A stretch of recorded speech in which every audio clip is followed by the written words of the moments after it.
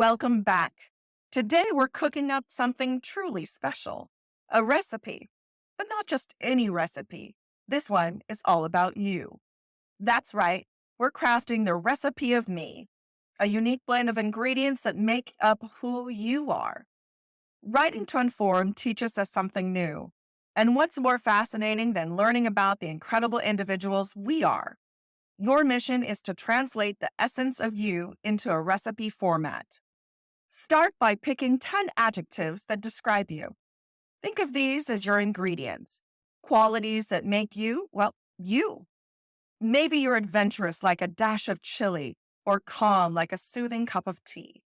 Whatever you choose, these adjectives are your foundation.